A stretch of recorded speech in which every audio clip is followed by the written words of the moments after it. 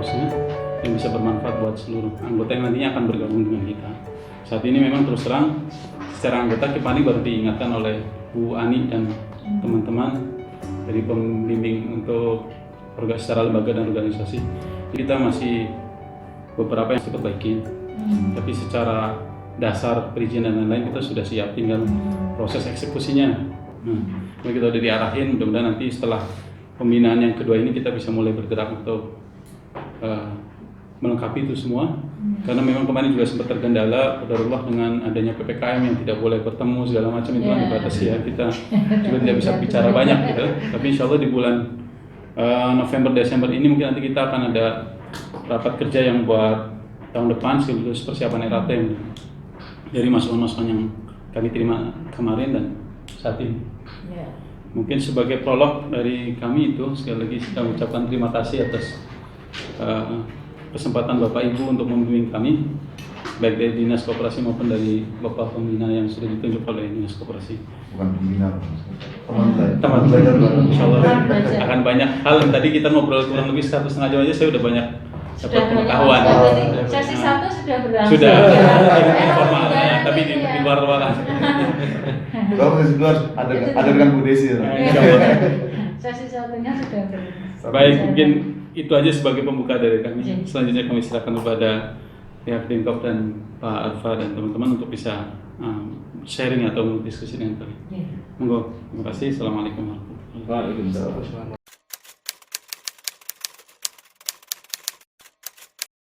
Ya, terima kasih untuk waktunya. Assalamualaikum warahmatullahi wabarakatuh. Waalaikumsalam. Alhamdulillah siang ini kita bisa berkumpul di ruangan ini tentunya dalam keadaan sehat.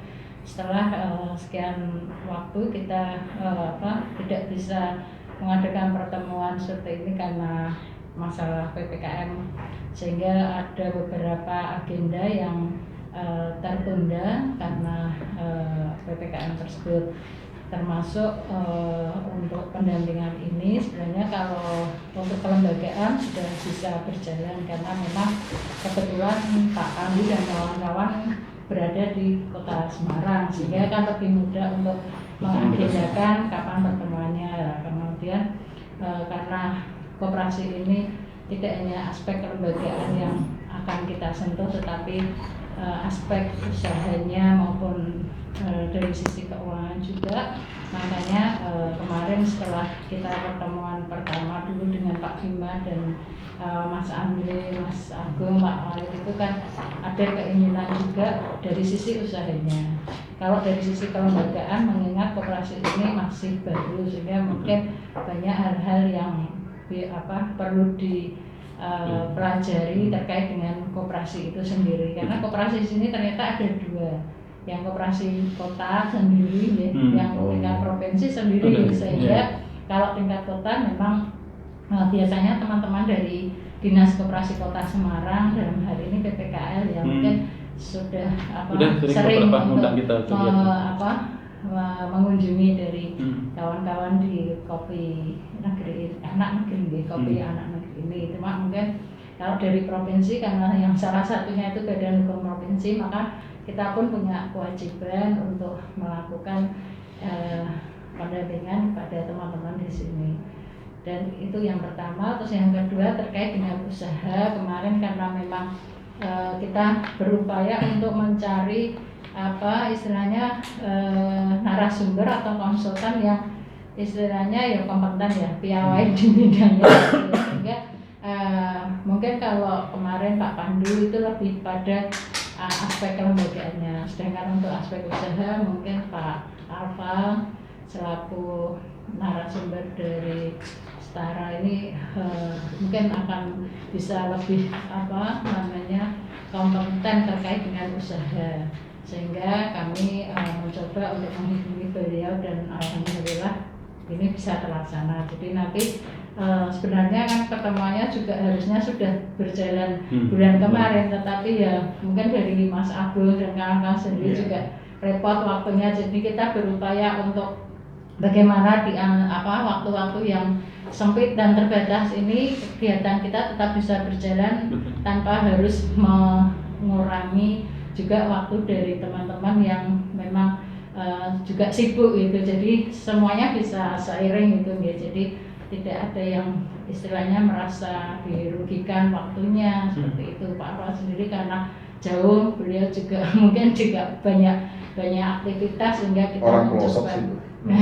mencoba untuk nge-matchkan waktu. Dan nanti harapan kami ini pertemuan ini mungkin bisa merapel dari pertemuan sebelumnya. Jadi mungkin materi ini ada ya sebenarnya pemadatan, meskipun tidak harus kita formal banget. Dengan berbincang-bincang pun kan ternyata sudah banyak ilmu yang bisa diserap dari pertemuan itu ya. Sehingga nanti harapan kami meskipun ini yang pertama tapi juga akhir dari pendampingan, jadi nanti mohon Pak Alfa bisa mengisi waktu ini sebaik mungkin dengan teman-teman, mumpung ketemu, sehingga nanti meskipun untuk selanjutnya bisa secara non formal di pertemuan itu kan tidak harus formal seperti ini. Ya, mungkin itu Pak, terima kasih untuk waktunya, semoga betul-betul bisa hari ini dimanfaatkan dengan baik untuk kita bisa belajar dan sharing bersama. Terima kasih.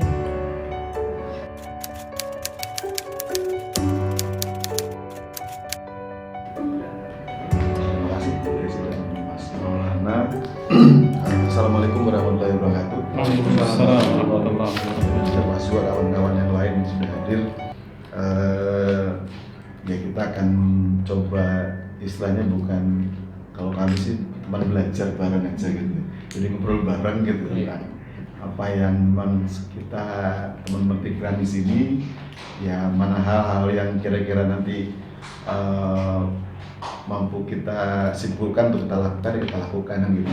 Jadi konsep kami seperti itu. Jadi kita belajar bersama dan mudah-mudahan banyak manfaat dan hikmah yang bisa kita lakukan ke depan untuk koperasi negeri gitu ya. Nah kebetulan saya ya kalau kenal dengan Mas Agung udah cukup lama, dan Mas Edi gitu ya. Alhamdulillah ini nambah juga dengan Mas Maulana, Mas Reza gitu ya, dan teman-teman yang lain gitu di sini. Semoga nanti juga banyak hal yang bisa saling kita ke depan juga kita tetap bisa belajar bareng gitu. Maksudnya kan ini fasilitasi dari Bu Desi sebagai awalannya aja gitu. Awalannya aja. Nah, saya di sini bareng bertiga, jadi ada saya, Alfa, ada Mas Aman, ada Mas Yoga gitu ya. Ya kemarin bayangin ini sekolah di Semarang, tempatnya Mas Agung gitu. Ngopi-ngopi ya. Ngopi-ngopi gitu. Ya, ya kita memang akan berdiskusi tentang masalah usaha yang akan digeluti oleh teman-teman kopi anak negeri. Nah nanti saya kira juga soal kopi ini kalau teman-teman malah sudah sangat dalam ya, karena sebetulnya sudah melakukan cukup lama juga gitu ya, Mas Agung, Mas Reza gitu, dan teman-teman yang lain gitu. Ya nanti kita coba mendiskusikannya kalau dalam bentuk proses seperti apa gitu. Nah untuk di awal ini kayaknya Mas Amang deh coba ngawalin dulu untuk kita mandu belajar barengnya, nanti bisa ganti-gantian untuk diskusi. Monggo Mas Amang.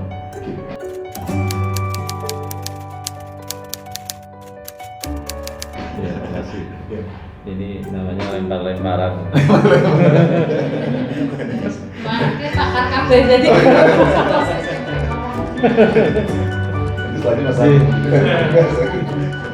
Ya, terima kasih. Sebelumnya saya mohon izin merekam karena kebetulan saya sih ini lagi seneng dokumentasi. Jadi biar nanti nggak hilang lah. Proses kita sehari kan eman-eman kalau nggak di ini. Nah, kalau kita langsung ke fokus ke tema ngobrol kita hari ini, yang saya dengar, teman-teman ini kan sudah ada koperasi ya, yang sebelumnya juga sudah ada unit-unit bisnis katakanlah seperti itu yang sudah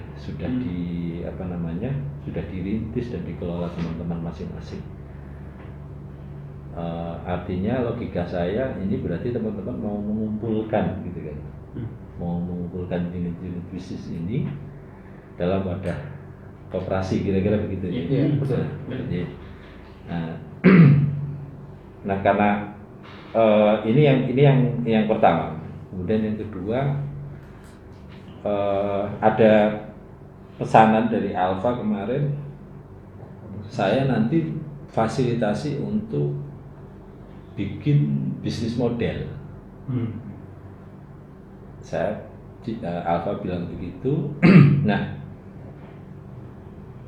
latar belakang saya ini bukan praktisi ya. Jadi mohon maaf, nanti tolong diingatkan kalau saya ngomongnya terlalu akademis atau apa gitu. Karena yang kalau Dulu praktisi, sekarang sok akademis. Akademisi. Dulu pendamping lapang 15 tahun, terus sekarang masuk kampus. Sekarang pakai rektor Amikal, ini sok akademis sekarang.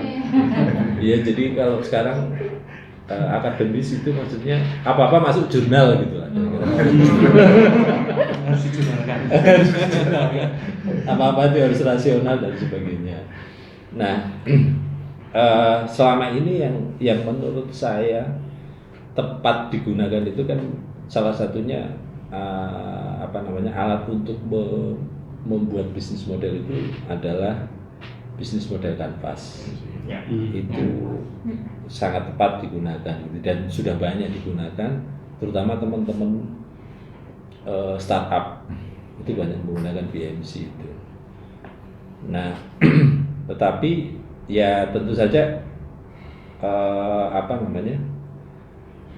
BMC yang tepat guna itu maksudnya nggak bisa dipaksakan bahwa semua elemen yang ada di BMC ini dipakai semua. Bisa aja cuma berapa gitu ya. Ada 9 blok lah ya, ada di BMC itu ada 9 blok. Ini digunakan untuk menganalisa bisnis yang butuh model tertentu ketika mengalami macet atau apa gitulah. Nah, ini yang kedua. Jadi, nah saya lihat dan saya yakin teman-teman ini sudah masing-masing sudah punya model bisnis. Masing-masing sudah punya model bisnis. Kalau yang sekarang itu kan model bisnis banyak dipersepsikan karena banyak digunakan oleh startup yang bisnisnya menggunakan sarana teknologi, jadi akhirnya dipersepsikan model bisnis ini hanya berlaku untuk startup. Padahal sebetulnya untuk semua bisnis bisa berlaku. Nah, ini yang perlu kita ngobrol, model bisnis seperti apa yang nanti akan dibentuk untuk koperasi ini, koperasi kopi anak negeri ini, karena nah kalau kembali bicara koperasi, sebetulnya kan memang ada standarnya ya, koperasi itu ada standarnya. Nah, pertanyaannya apakah mungkin sebuah koperasi menggunakan model bisnis yang banyak digunakan oleh startup misalnya? Pertanyaannya seperti itu. Nah, kebetulan saya sampai sekarang meskipun akhirnya cuma tercatat itu saya jadi sekretaris koperasi namanya Kopkun Pangan. Itu koperasi investasi yang katanya kabarnya itu salah satu bentuk koperasi yang satu-satunya di Indonesia katanya. Saya nggak tahu pastinya karena saya belum riset ya. Nah, ini apakah nanti kita pertanyaannya bisnis model kita itu nanti pertama bagaimana menggabungkan setiap bisnis model yang ada pada unit bisnis yang sudah ada ini ketika dikumpulkan, lalu kemudian apakah kalau bisa digabungkan, apakah ini bisa masuk di format koperasi? Pertanyaannya kira-kira itu. Nah, menurut saya sebetulnya format koperasi itu sangat akomodatif ya, sangat mengakomodir model bisnis seperti apapun sebetulnya. Karena itu sebagai kreativitas. Karena yang penting prinsip kooperasinya itu kan nggak dilanggar. Yang penting seperti itu. Nah, cuma memang paling tidak ada dua paham di kalangan pegiat koperasi. Yang pertama bahwa sebetulnya koperasi itu sarana saja, gitu. Alat saja. Tetapi yang satu punya pendapat koperasi itu tujuan. Nah, di Indonesia menurut pengamatan saya itu nggak konsisten. Ngomongnya koperasi sebagai tujuan, tapi sebetulnya pada prakteknya hanya sebagai alat. Kalau di Indonesia seperti itu, yang saya lihat. Karena koperasi yang sebagai tujuan itu serius banget gitu. Prinsip-prinsip kooperasinya harus betul-betul. Jadi misalnya kooperasi itu punya toko misalnya, maka harus ada mekanisme khusus bagi anggota koperasi ketika dia menjadi konsumen. Katakanlah misalnya harga khusus atau transaksi yang beda dan sebagainya. Itu kan serius banget, serius yang ternyata belum tentu bisa diaplikasikan. Berbenturan dengan kenyataan perilaku konsumen pada umumnya yang belum bisa menerima itu, ya akhirnya pada akhirnya koperasi hanya sebagai alat. Kalaupun misalnya ada harga khusus kok buat konsumen, tetapi itu sebetulnya belum menyentuh prinsip koperasi. Sebetulnya seperti itu. Kira-kira ini hanya sebagai gambarannya. Nah, selanjutnya mungkin saya minta minta gambaran dari teman-teman, kira-kira nanti atau gambaran tentang kooperasinya yang sudah jadi itu seperti apa? Apakah kooperasi ini kooperasi yang standar sesuai dengan regulasi atau sudah dimodif gitu? Nah, monggo, mungkin ada yang bisa cerita. Dari Mas Reza. Mungkin kalau dari sisi koperasi yang dimodif itu saya merasa bingung Mas. Saya dan standarnya basic itu bagaimana Mas Malang lebih paham. Sebenarnya secara prinsip berdirinya koperasi ini kan dengan satu tujuan, menyatukan beberapa elemen yang sudah sebenarnya kami teman-teman ini bangun dari sisi lini usaha. Jadi katakanlah ada dari sisi retail, ada dari sisi ekspor, dan kita juga menggandeng beberapa para petani. Nah, harapannya koperasi yang kita bentuk ini mampu mengakomodir di beberapa lini yang ada, termasuk dari sisi petani atau dari sisi kita sebagai pengusaha retail ataupun yang dari sisi ekspornya.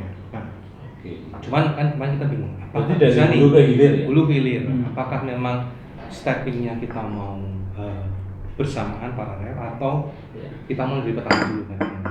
Itu sebenarnya kemarin kita obrolkan Kang Walid kayaknya lebih realistis kita masuk ke ranah petani dulu. Petani sebagai mereka nanti kita rencana yang buat mereka menjadi anggota, terus kemudian bentuk-bentukan apa yang nanti mungkin bisa kita sinergikan dari bentuk koperasi itu yang perlu kita diskusikan lebih lanjut mungkin kaitannya dengan pengembangan sisi keuntungan petani dan kita sebagai katakanlah hilirnya keran outputnya ini apakah dengan koperasi nanti bisa menampung dari hasil panen para petani yang kita dari koperasi membeli, kemudian nanti dari sisi penyaluran dan harga yang baik ya, tujuannya kan itu awalnya. Cuma kan sempat ngobrol sama Pak Bimo ya, sebenarnya kaitannya dengan memang kalau pada saat kita benar-benar publish ini ke semua binaan kita, yang kami khawatirkan memang daya koperasi ini tuh mampu menerima seperti kita contoh Nira Satria kan dia udah secara konsisten menampung dari semua produk output petani ya, beres ya. Jadi yang kita harapkan kita coba contoh lah seperti itu dulu dari secara kualitas. Nah, cuman memang mungkin Mas Agung dari sisi bentukannya mungkin ada usulan juga Mas Agung yang kaitannya dengan kita Kalau bentukan secara umumnya kami sendiri belum bisa mendefinisikan detailnya ya istilahnya seperti apa, karena kami membentuk koperasi ini berangkatnya dari bahasanya ya keresahan bersama lah. Ini ada bagian-bagian yang kita nek masuk kangelan, terus ini kangelan segala macam. Makanya kan di awalnya maksudnya akses ya? Ya akses baik ke petani atau apapun itu, karena beberapa itu resisten ketika kita masuk sebagai bahwa gue perusahaan A atau perusahaan B gitu loh. Karena mereka kadang wah kayak ditipu dan lain sebagainya. hanya Dimanfaatkan gitu loh. Padahal kita memang benar-benar istilahnya bakti kami nang kopi itu benar-benar pengen kita curahkan. Makanya waktu itu kita ada yayasan dulu yang pertama nih, wah ki nganggo yayasan kita akan lebih fleksibel dan itu kita bisa masuk. Dengan yayasan itu ada beberapa hal bahkan yang Mas Walid jalankan itu untuk pembinaan di mana-mana atas namanya yayasan selama ini gitu. Jadi dengan begitu kita mulai bisa dapat akses, dapat bisa memetakan wilayah setempat itu seperti apa, terus potensi-potensinya, kondisi-kondisinya itu kita data-data itu sudah mulai banyak gitu, khususnya yang di wilayah binaan itu, karena kami pun nek kon membiayai diri kabeh ora kuat gitu. Jadi artinya kan dengan adanya yayasan ternyata iso dikonekke karo BI yang siap jor-joran di situ. Jadi kita tinggal jalan, kita tinggal memetakan dan beberapa kali juga dilakukan kayak gathering bersama dan lain sebagainya. Ya cukup menarik. Antusiasmenya kalau di bawah sangat luar biasa.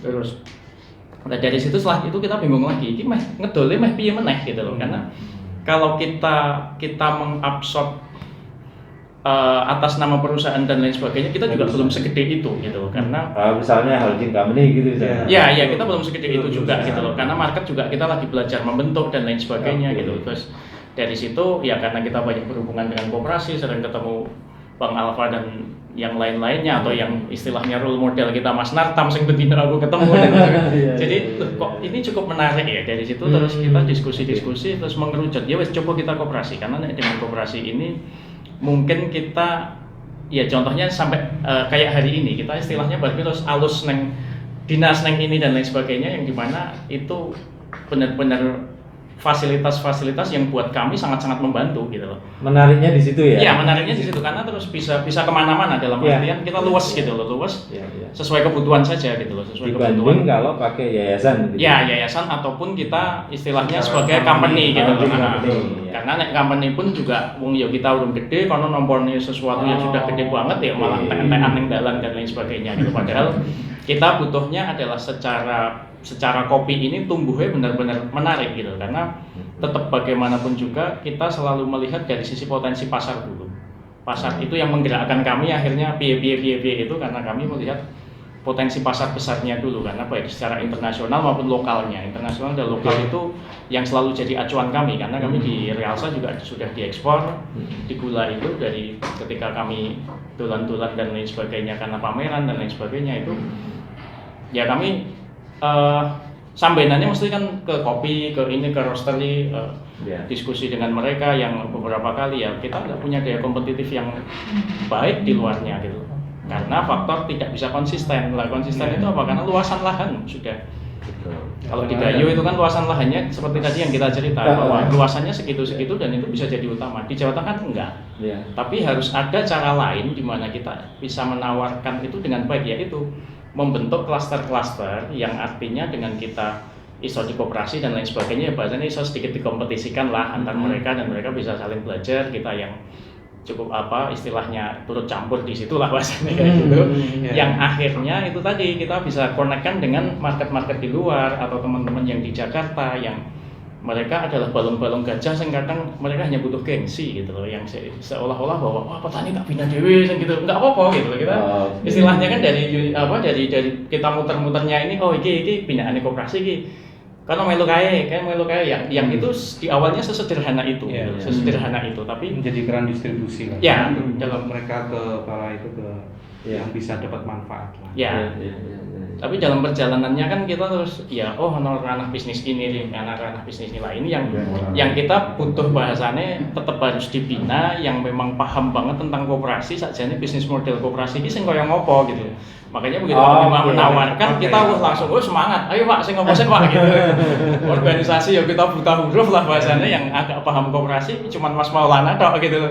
Jadi kami di awal dibimbingnya sama Mas Maulana ini. Jadi istilahnya banyak harusnya begini sampai tahap pendirian dan lain sebagainya. Terus begitu ketemu itu ya kita semangat. Ternyata kemarin di organisasi itu begitu dijelaskan bahwa yang penting rohnya. Loh, ono neh to gitu. Kita bingung meneh ternyata ya. Walaupun hal-hal itu selama ini kita sudah jalankan gitu, tapi kan kita nggak tahu teorinya, nggak tahu ininya segala macam. Jadi akhirnya teman-teman ya sebenarnya hanya tinggal menguatkan saja sih gitu. Dari sisi basic kami secara alamiah pun juga ternyata sudah mengarah ke situ gitu. Substansinya tuh sebenarnya udah kena ya, cuma nggak nyadar bahwa ini sebenarnya prinsip dasar ini, tapi sudah dijalankan kan gitu. Iya, nggak apa-apa. Artinya begini. Ya kalau tadi saya bilang ada dua kubu koperasi gitu ya. Nggak apa-apa. Dimulai dari koperasi sebagai sarana alat, lalu nanti lama-lama koperasi menjadi tujuan. Karena toh jatuhnya ke anggota juga. Betul. Seperti itu ini nggak masalah. Nah, sekarang kita coba. Ini nanti saya TikTokan aja sama Alfa gitu ya. Kalau pas nyambung sama koperasi, nah ahlinya Alfa. Mereka harus gini-gini kok. Nah, kita coba petakan dulu bisnis modelnya. Karena ini kan ya mau nggak mau sebetulnya holding company. Karena penggabungan dari itu, tapi kan sudah kelihatan ini hulu hilirnya. Nah, maaf kalau ini sih teorinya itu kira-kira begini. Jadi kita buka lagi aja biar nanti ngerusui yang sudah. Gambarnya jelek soalnya. Jadi bisnis model yang dibuat pakai BNC ini basisnya adalah problem. Berangkat dari problem, lalu nanti harus ada solusinya. Nah, solusinya ini yang nanti kita mainkan. Nah, problemnya di konsumen. Tapi ini segmented. Artinya bukan konsumen pada umumnya, bukan konsumen individu, tetapi pada segmen-segmen tertentu gitu kan. Nah, ini kan sudah jelas kopi. Siapa tahu nanti geser ke gula semut gitu misalnya. Gabung di situ. Nah, ini kita petakan dulu sebetulnya problemnya apa di tingkat konsumen. Lalu nanti kita cari solusinya.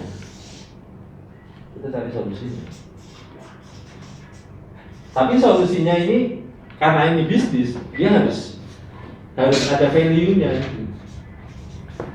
Harus ada value-nya. Karena kalau kadang begini, kesulitan kita itu ketika misalnya problemnya konsumen itu ternyata yang kita temukan itu problem sosial gitu misalnya. Problem sosial loh, masa bisa dibisniskan apa enggak gitu kan problemnya.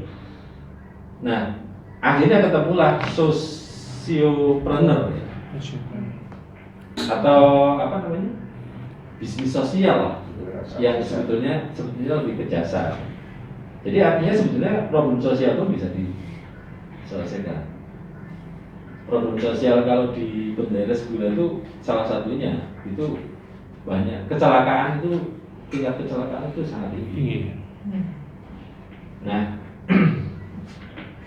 lalu nanti kalau sudah ketemu solusinya, tinggal bagaimana kita mendeliver solusi ini ke konsumen. Bisa di tingkat teknis, bisa di tingkat non teknis. Di tingkat teknis kalau misalnya sekarang banyak dilakukan di startup ya lewat teknologi. Orang katakanlah misalnya orang sekarang sudah kalau beli apa-apa sudah nggak perlu lagi jalan ke toko gitu ya, sudah langsung lewat pesen apa, pesen makan itu cukup transaksi lewat ini aja. Nah, ini bagaimana kita mendeliver solusi itu ke konsumen sampai kemudian si konsumen ini jatuh cinta lah ke solusi kita gitu. Solusinya ini otomatis produk ya, entah itu jasa entah itu barang. Sampai bagaimana si konsumen ini jatuh cinta ke produk ini, nggak mau lepas lah. Bahaya betul kalau begitu. Nanti Mas Agung sama Mas Maulana fan-nya makin banyak. Contoh misalnya Mas Agung itu pernah cerita, ternyata di Eropa ya Mas Agung, itu kopi sudah jadi apa namanya, bahan minuman pokok gitu. Iya, wajib gitu. Wajib. Sehari nggak ngopi mereka bisa sakau gitu, apalagi di musim dingin gitu. Nah itu sudah nggak cuma jatuh cinta itu sudah sangat Adiktif. Sembako lah Iya. ke kopi. Cuma jatuh cinta, gimana caranya biar konsumen di sana jatuh cinta ke kopi kita gitu, kopi anak negeri. Nah itu, jadi prosesnya kira-kira ini pada intinya seperti itu. Bagaimana kita men-channeling solusi dalam bentuk produk, entah itu jasa atau barang, ke konsumen yang kemudian si konsumen ini terikat. Ya namanya bisnis ya mau nggak mau seperti itu. Nah saya kira, saya nggak tahu di bisnisnya teman-teman ini masing-masing sudah terjadi atau belum kira-kira. Itu. Nah nanti lalu bisa apa namanya, aksesorisnya bisa macam-macam di sini ya. Ada key partner misalnya, ada key partner. Key partner itu bisa umumnya sih kalau key partner itu apa namanya, unit bisnis yang berbeda, yang itu bisa mensupport bisnis kita. Kalau teman-teman ini kan semua berarti sebelum gabung jadi holding katakanlah, itu kan masing-masing semua kopi semua ya, atau ada yang beda? Kayak beda. Ada yang gula, Ada yang gula, ada yang jual beli biasa. Oke, katakanlah itu sejenis ya. Ya, kalau di sini teman-teman yang perusahaan di sini kan ini kayak jasa konsultan untuk branding dan segala macamnya. Oke. Gitu. Jadi Ya. kita ya akhirnya gatok gitu aja. Nah, ya itu. Ini sejenis semua komoditi pangan semua katakanlah ya. Tapi terus kemudian ada teman yang bisa membantu membranding gitu. Nah itu yang disebut dengan key partner sebetulnya. Karena kalau sejenis atau ya komoditi semua itu menurut saya belum punya key partner. Contoh misalnya Gojek itu sangat efisien ya dibanding misalnya jasa transportasi yang lain yang dia harus punya armada sekian banyak, harus merawat itu dan sebagainya. Kalau ini kan cukup dengan bukan mobil saya, tapi bisa sekian banyak bisa bergabung di situ. Nah itulah key partner. Nah selanjutnya nanti bisa macam-macam ya. Itu variasi apa namanya, aksesorisnya ada key resources, ya meskipun sebetulnya ini juga nanti menentukan. Karena misalnya begini, nanti mungkin Alfa bisa cerita bahwa ternyata pengurus koperasi itu tidak bisa sekaligus jadi manajer unit bisnis yang dikelola. Double begitu nggak bisa. Ternyata harus ada orang yang secara khusus memanage bisnisnya. Karena secara fungsi, secara apa sih istilahnya, secara desk job atau secara tupoksi itu sudah beda. Bahkan bedanya kira-kira begini, kalau di NU itu apa yang struktur tertinggi? Ya, tampil Dewan Suro itu kan fungsinya cuma ngasih nasihat gitu ya, kira-kira gitu. Dia nggak bisa jadi. Kalau misalnya NU itu bangun rumah sakit, nggak bisa dia sekaligus jadi manajer rumah sakitnya. Nah, itu key resources. Dan seterusnya sampai sebetulnya nanti ketemu apa namanya, kalau untuk satu unit bisnis itu nanti ketemu anggarannya. Tapi kira-kira intinya ini sebetulnya.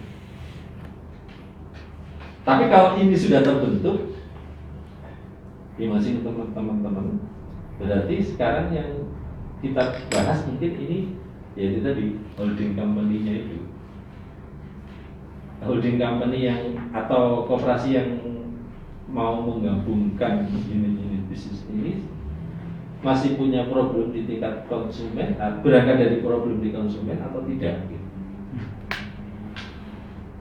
Atau itu sebetulnya problemnya teman-teman problem di tingkat organisasi, bukan problem di tingkat petani atau bukan problem di tingkat konsumen. Nah, monggo mungkin bisa kita berada di sini dulu. Apakah memang masih ada problem konsumen atau problem juga ada masalah konsumen segmen. Kalau konsumen sih kalau di kopi itu konsumen bisa dibilang tidak problem lah, asal kita beli barang dengan kuantiti yang baik, jumlah yang baik, itu kemungkinan terabsorbnya itu tinggi. Karena ya mungkin hanya masalah waktu lah gitu. Begitu, karena memang ini adalah produk memang produk yang dicari dan sekarang jadi kebutuhan pokok gitu saja. Yeah. Tapi bagaimana kita memecahkan ini untuk punya resource yang baik, untuk punya supply yang baik, supply chain yang baik lah, itu PR besarnya kalau menurut kami ada di situ. Ada di situ.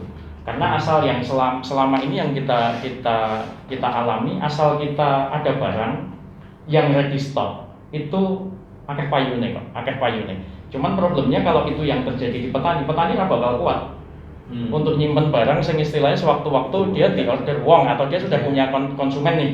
Terus katakan contohnya adalah supplier kami mirip-mirip ini. Jadi wayahe panen ya mereka pengennya ndang didol kabeh ndang nyekel duit. Tapi kan kami tidak bisa mengabsorb itu dalam format banyak karena masalah market, masalah ini dan lain sebagainya sih. Yang kadang serapannya tidak cepat gitu. Tapi begitu kita pengennya ya sing konsisten lah, karena ini hanya setahun sekali. Mbok kowe sedikit di manajemen, aku ya no manajemen, jadi ketemu neng tengah sehingga sepanjang tahun itu kita punya barang gitu loh. Ketika barangmu iki sudah, karena kopi itu mirip rokok, 3 sampai mungkin 6 kali nyoba, nek dia cocok ya pasti akan cocok terus. Semisal adalah ilat-ilat tuane dhewe itu selalu ada di robusta. Ya sudah, begitu dia ana robusta yang cocok 3-4 kali wis mesti goleki gitu. Rokok kan sama, rokok begitu kita kumpul tak kei rokok kuwi terus peng 6 peng 10 ngono kan wis sesuk goleki rokok itu. Itu sudah mirip. Jadi sebenarnya untuk membuat orang menjadi pelanggan, membuat orang menjadi istilahnya istilahnya menggunakan produk kita secara terus-menerus itu sangat bisa di-create sebenarnya, sangat bisa di-create. Tapi kadang kelemahan kita begitu wayahe iki munggah ora ono barang.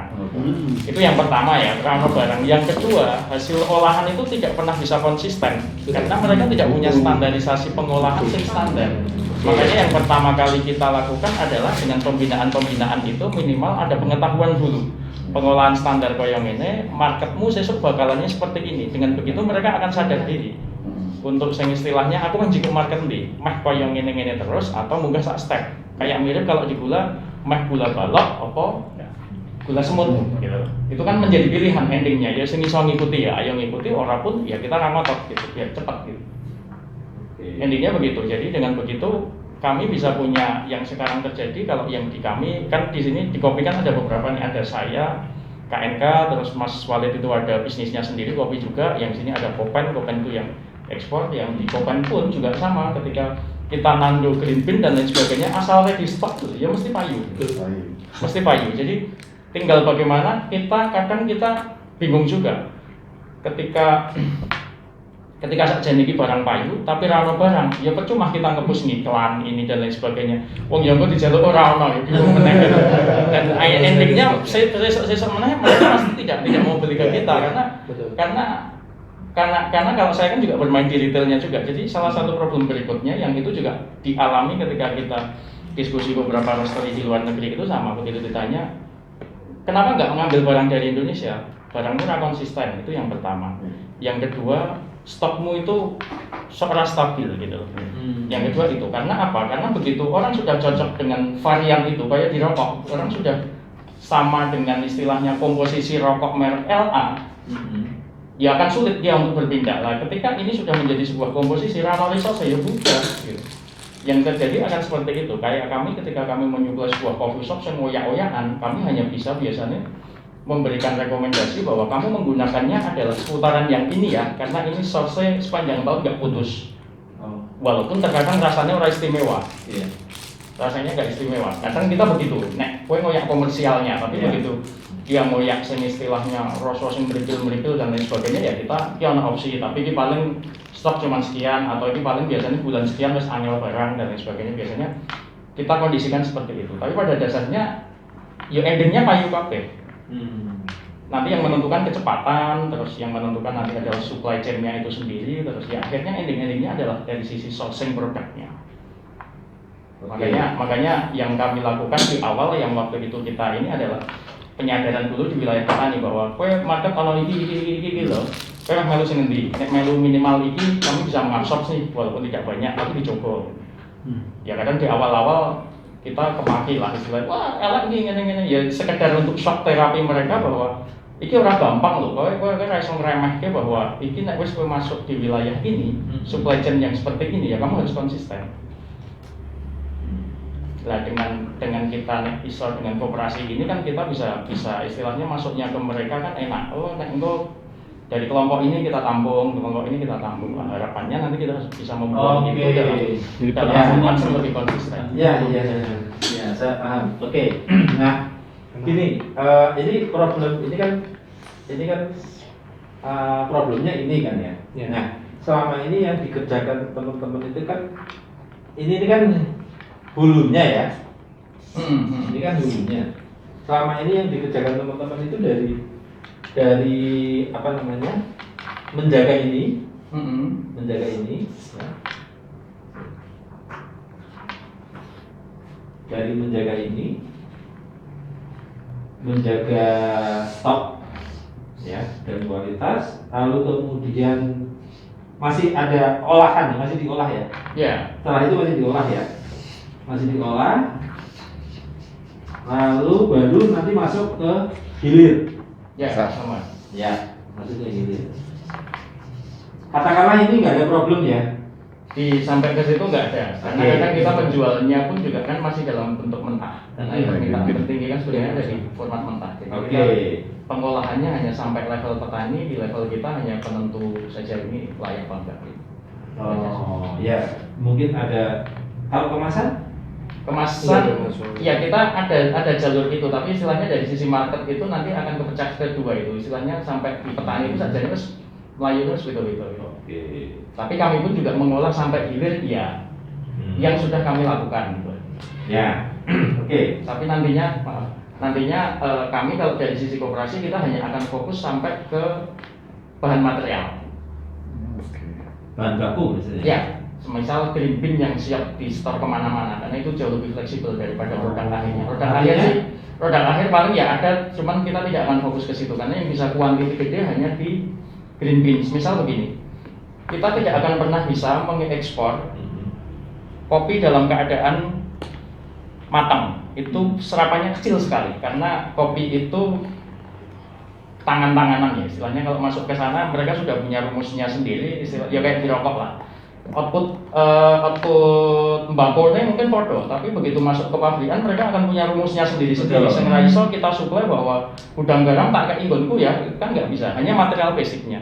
Di kopi di sananya juga sama, bahkan di kami di roastery pun juga sama. Aku untuk barang yang sama, begitu kita roasting dengan teknik kita, alat kita dan segala macam dibanding ke yang lain bisa secara rasa dan lain sebagainya lompat gitu. Jadi endingnya ketika sudah di olahan itu dapurnya masing-masing. Jadi kami hanya akan fokus di situ yang bisa volume gede. Problemnya di kopi itu sebenarnya Testing. ada yang dari sisi olahannya kalau dijual langsung itu tidak begitu gede. Tapi jumlah pengolahnya banyak gitu loh. Jadi akhirnya market kita adalah memasok para pengolah ini. Oke. Jadi nanti yang terakhir kan yang istilahnya nak kasih topping itu beda-beda. Ya. Nah, Ya. gitu lah. Banyak yang salah kaprahnya bahwa kopi itu suka hulu ke hilir, nggak bakalan bisa. Ya. Mentok paling hanya di situ karena baru dapurnya Karena sudah nanti pakai. tesnya beda-beda. Ya. Misalnya kayak tadi rokok, kan ini Ya. istilahnya hanya nyetornya tembakau. Ya. Nanti masuk gudang garam, masuk Ya. anak jarum dan sebagainya, testingnya Ini kan selera Beda ya. beda. Ya. Akhirnya punya selera dan konsumen masing-masing Ya. ya. Jadi anak negeri cuma di itu ya, store kopinya itu, masalah nanti yang memberi topping Ya, akan ya, beda-beda. ya, kami hanya akan fokus di situ nanti dari sisi bisnisnya. Nah, kami pun juga jadi bisa berkoordinasi semisal dengan dinas. Jadi jangan sampai sifatnya petani itu ya dikasih alat yang sampai di pengolahan ending akhir. Kalau kadang mubadir gitu. Iya. Kadang mubadir. Makanya kan akeh yang setelah itu jadi pelangkringan pitik dan lain sebagainya kan. Ini bukan Mesin Bukan roasting. ranah mereka. ya. Artinya ini dilakukan teman-teman bukan mengkhianati petani ya, Enggak. tetapi karena memang kita sadar bahwa mereka Ya, beda kelas lah itu istilahnya. Sering lihat ya Mas Agung ya, jadi tangan PT ya kalau dikasih. Oh banyak. Kita kadang gini. Kadang alat bantuan Istilahnya pun juga menarik, tidak ya. sesuai spek, bahkan istilahnya mereka saja mengoperasionalkan dari orang iso karena speknya terlalu rendah. Jadi di kopi itu beda 1 menit, 1 detik aja, 1 detik aja itu berpengaruh gitu. Bahkan sampai kadang kita riset per 5 detik itu perbedaannya sudah lompat. Jadi kalau alat orang benar-benar presisi, makanya alatnya mahal-mahal kalau yang di roasting gitu. Lah yang dibantukan itu kadang bahkan nggak konsisten angel gitu. Yeah. Istilahnya kita tidak usah ngomong di waktunya. Dia api konsisten aja kadang nggak bisa gitu. Jadi akhirnya petani itu nek nggawe produk akhir ya kaya kadang mau masak ketok. Karena apa? Mereka menjual sesuatu yang menurut saya agak sia-sia. Akhirnya orang membeli pun ya dia ditawari, tidak repeat ya. Istilahnya dia membawa barang dagangannya datang ke tempat ininya ditukar ya pasti akan beli masake. Sama masake bukan. Iya, karena bukan butuh gitu. Dilihat aja Bu, mungkin sama di teman-teman ibu di dinas dan lain sebagainya kalau ada produk kayak gitu kan ya ngomong dibeli mau repeat kan jarang. Iya. Karena belum tentu itu cocok. Belum tentu itu cocok. Sehingga di level petani ya kita pengennya benar-benar ya produksi. Gitu. Nah, sementara ini teman-teman kerepotan ya untuk mengawal ini. Kerepotan sekali. Makanya kemarin ada yayasan itu Mas Walid yang memang dia spesialis di ini belum datang Mas Walid. Dia memang spesialis di pembinaan itu karena dia memang paham betul dari sisi proses tani ini sendiri sampai pengolahan pasca panennya. Tapi itu kan masih individu ya. Individu kita nggak ya belum bisa istilahnya sistemik kayak ngomong gitu. Ya butuh bantuan-bantuan yang semacam ini supaya bisa istilahnya lebih banyak dibantu lah. Kita coba fokus ke key partner ya. Oke. Key partner artinya begini, teman-teman key partner dibutuhkan ketika teman-teman nggak kuat energinya untuk mendampingi mengawal ini. Karena mengawal ini itu harus betul-betul mendampingi. Ya, benar-benar harus sampai mendampingi. teknis menanam dan sebagainya. Nggak cuma itu sebetulnya, tapi kesadaran pentingnya itu. Untungnya sudah jelas pasarnya. Jadi kalau udah pasarnya sudah jelas, mereka pasti mau ngikut gitu. Ya. Tinggal cari cara yang cocok kan. Ya. Kualitas apapun itu laku. Bahkan kita di pasaran ya terakhir kemarin yang menurut kami itu barang sampah ya tetap. Oh ya. Iya, asal itu bentuknya saya judulnya saya kopi Masih itu kopi. masih Kopi ada. ya. Iya. Untuk campuran-campuran yang saset hanya diambil sari-sarinya tok itu pasti laku. Starter itu grade 5. Grade 5 atau beda 6 itu dia 5. 5. Itu pun masih keserah. Ya sama kayak dulu saya pernah main di Enrekang itu. Dia bilang kan ada di Enrekang kan sebenarnya supply Toraja dari Enrekang. Iya. Nah terus dia bilang ini ada kan ada grade sana sampai 4 di sana itu. Ada di bawahnya non grade gitu. Non grade. Ini laku juga Pak? Laku Pak. Ini yang beli kapal api yang beli. Pak. Iya. Dan itu sampai kurang-kurang gitu. Jadi kita udah bangga, orang dulu udah bangga minum kopi kapal api itu non grade padahal di sana. Dikasih kopi buahan. Kita kasih kopi yang sampah. Iya. Data rendah. Nah ini kan kita bicara mitra. Mitra itu artinya apakah mitra yang dibutuhkan itu adalah mitra yang untuk mengawal ini, yang butuh waktu dan biaya dan segala sebagainya. Nah, pertanyaannya mitranya ini apakah dia individu atau organisasi, atau apa kalau di nilai satu ya KNS ICS atau ICS. Nah itu nanti urusannya apa lah kalau ya. Waduh. Bentuknya mitranya seperti apa. Nah, selain untuk menjaga stok tadi Mas Agung cerita, stok itu beritil-beritil gitu ya. Karena lahannya beda, luasan lahannya beda dengan Aceh misalnya. Nah itu kan berarti kan butuh lahan gitu. Kira-kira bagaimana memenuhi kebutuhan lahan itu? Ya, yang kami lakukan pendekatannya satu, mendekat ke area hutan-hutan perhutani selesai. Oke. Program perhutanan sosial ya. Ya, Itu apa namanya? Konversi ya? Lahan perhutanan sosial. apa sih? Ya sekarang apa modelnya itu ada istilah labor, tapi sebenarnya konteksnya perhutanan sosial sebetulnya. Itu sudah dihitung ya Mas? Apa ya? Secara bisnis. Maksudnya? Kan modelnya dia bukan sewa ya? Bagi hasil Bagi itu ada hasil. sekitar 30%. ya 20-30% ya. Tapi itu kan manut petani nih masih Sebenarnya, stok ya. di rawa ya kan. Iya. Oh, Mereka nggak ada bukti. Tapi yang sekarang baru metodenya adalah istilahnya kan pesanggem. Masing-masing pesanggem Pesanggem, itu nanti panutan. didata sama semacam polhutnya dan lain sebagainya. Kue potensimu piro-piro lah, kue targetnya ditentukan di situ. Jadi roto mending kan bisa store nambah janji. Sekarang Iya. cukup lumayan untuk perhutaninya ya. tapi itu kan sebetulnya wilayahnya, wewenangnya ada di apa namanya istilahnya, otonominya ada di pesanggem atau KTH atau bukan di teman-teman. Oh iya. Kontraknya kan antara ya, KTH. bukan di kami. Nah ya, nah bagaimana teman-teman memanage itu? Karena kan Biasanya kita mendekatnya ke kelompok. Mereka ada namanya LMDH. Ya. Lembaga apa ya? Bagaimana masalah desa hutan? Ya, ke LMDH itu biasanya LMDH itu hasilnya biasanya malah gede karena mereka luasannya gede banget kan. Istilahnya sak kuate ngelar di perhutani gitu.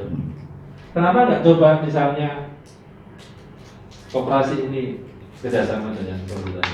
Nah, ini belum. Kita Langsung. Kontraknya sama lagi perhutani. membangun ke sana. kalau Nah, secara jadi- personal kita sudah, cuma kan Ya. kita belum masuk ya karena kita mungkin organisasi juga masih belum ketok ini segala macam kita mengawalinya masih belum ke arah situ sih. Barangkali Ya. secara manajemen akan lebih Gampang ya. tertata gitu. Karena ya nanti Alfa juga bisa cerita ya, posisi tawar KTH ke perhutani itu cenderung lemah. Ya. Misalnya begini, perhutani sangat bisa melanggar kontrak ketika kontraknya misalnya berapa tahun. Kontraknya itu juga harus dilihat, kontraknya kontrak apa nih? Kontrak boleh mengelola lahan kah? Atau kontrak seperti apa? Ini bisa jangka panjang atau tidak? Karena sangat mungkin kebijakan nanti berubah. Ya. Sekarang ini kebijakan itu kalau menurut Undang-Undang 41 itu kan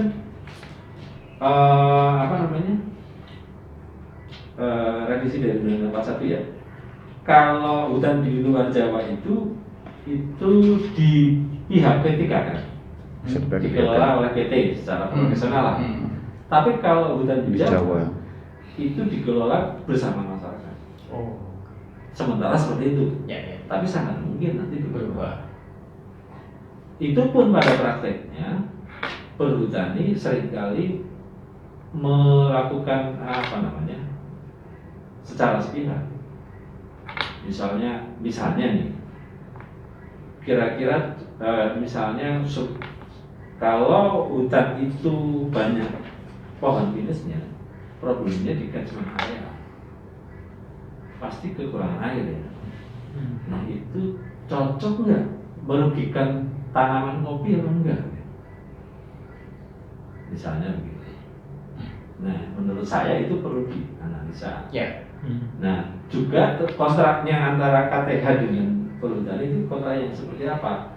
Apakah berjangka panjang atau tidak? Aman apa enggak untuk jangka panjang? Ya. Nah, kalau jadi nanti sangat mungkin dari analisa itu ada kerjasama antara koperasi ini dengan voluntari. Terus itu soal lahan ya, soal lahan. Kalau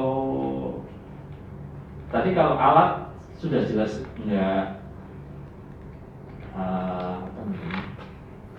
Nah, untuk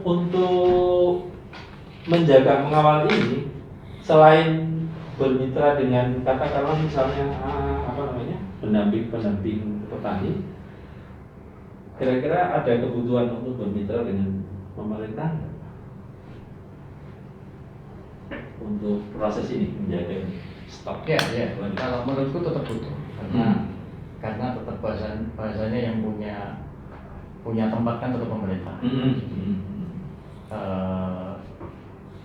Karena ya di beberapa yang kami coba kemarin, kalau mungkin nanti kalau Mas Walid datang sih dia bisa banyak bercerita karena selama ini kadang kita ya roda jiting juga istilahnya ngakali camat-camatnya gitu. Camat kan biasanya sangat dekat dengan pemerintahan daerah, maksudnya rotasi mereka itu kan sangat memungkinkan untuk muncul masuk ke dinas dan lain sebagainya gitu. Ya, kadang kita ono pertemuan yo teko kadang camat kita panggil.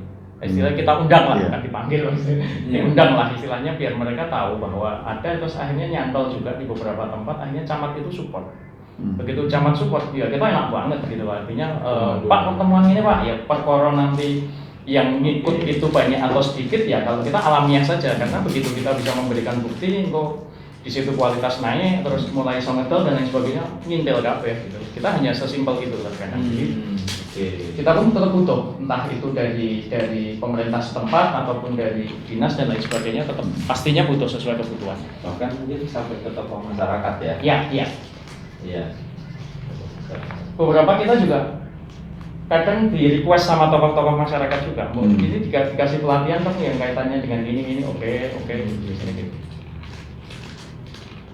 Ya, oke. Nah, nanti bisa langsung masuk ke koperasi nih kayaknya. Nah, sekarang gini, sampai kapan teman-teman mau memposisikan petani ini di posisi yang tidak layak untuk masuk wilayah sini? Tidak layak. Karena gini, sangat mungkin kan? Mungkin sekali.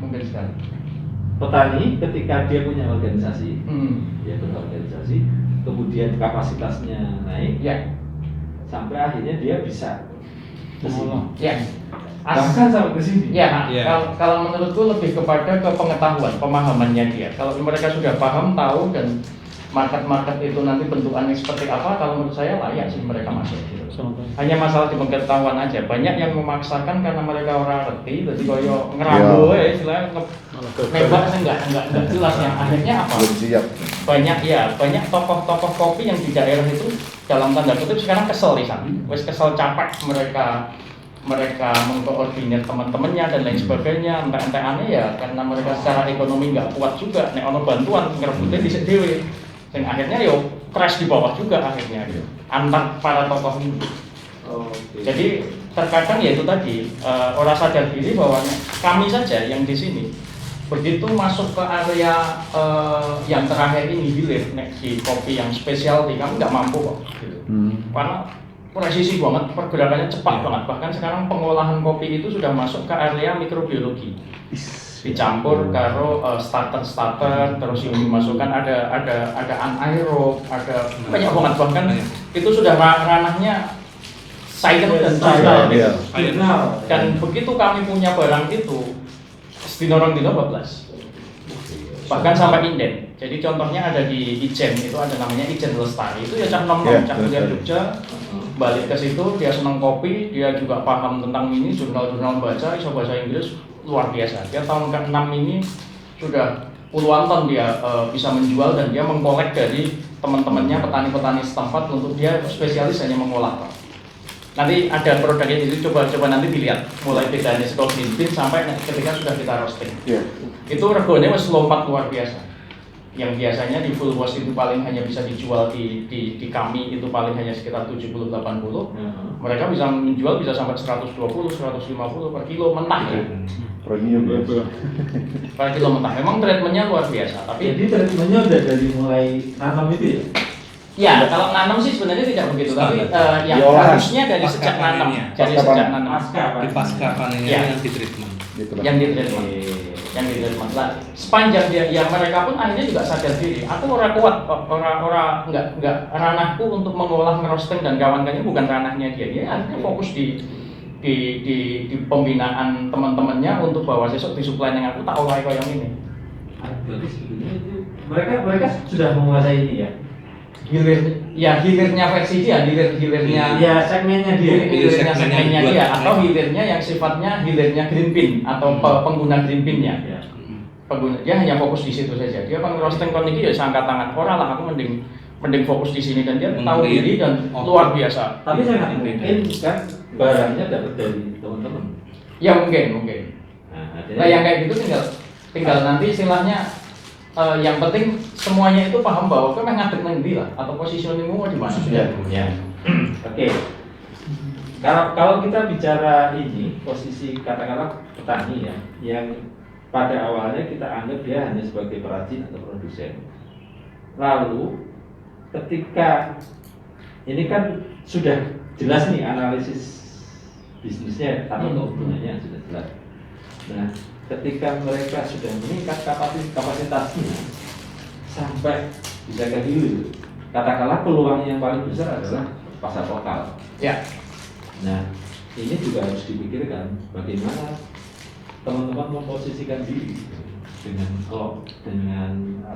kondisi seperti itu. Apakah itu bagian dari benefitnya teman-teman, atau malah itu jadi pesaing misalnya? Nah itu yang menurut saya perlu dianalisa. Ya. Kira-kira begitu. Nah, nanti kita, ini sudah bisa langsung ngomong koperasi sebetulnya. Ini kan sudah jelas. Ini sebetulnya holding company ini. Kalau saya, menurut teorinya holding company ini. Artinya ini perusahaan besar yang terdiri dari unit-unit bisnis yang fokus di sini, di olahan dan di sini. Yang berikutnya yang melibatkan beberapa mitra. Sangat mungkin nanti mitranya katakanlah ya mitra yang dia dapat keuntungan juga, dapat profit juga ketika mendampingi menjaga ini kualitas ini. Tetapi di awal bisa jadi dia masih baru benefit. Nah kalau ngomong koperasi, maka kemudian pertanyaannya letaknya, karena ini holding company, bisa jadi letaknya kalau tadi misalnya untuk mempermudah menjaga ini kan petani harus diorganisir. Ini. Nggak bisa kalau terus-menerus didampingi itu nggak bisa. Ya. Jadi ketika mereka sudah punya keahlian, sudah punya pengetahuan yang jelas untuk menjaga ini, ya itu kan masih baru individu kan. Nah mereka harus diorganisir. Yang itu pendampingannya pendampingan organisasi, bukan lagi pendampingan budidaya. Oke. Misal gitu. Ada stagnya ya. Ya. Nah, ketika pilihan organisasinya adalah koperasi, nah itu jadi pertanyaan. Ini sudah jadi koperasi loh, kok ini ada koperasi lagi gitu. Nah, ini bagiannya apa?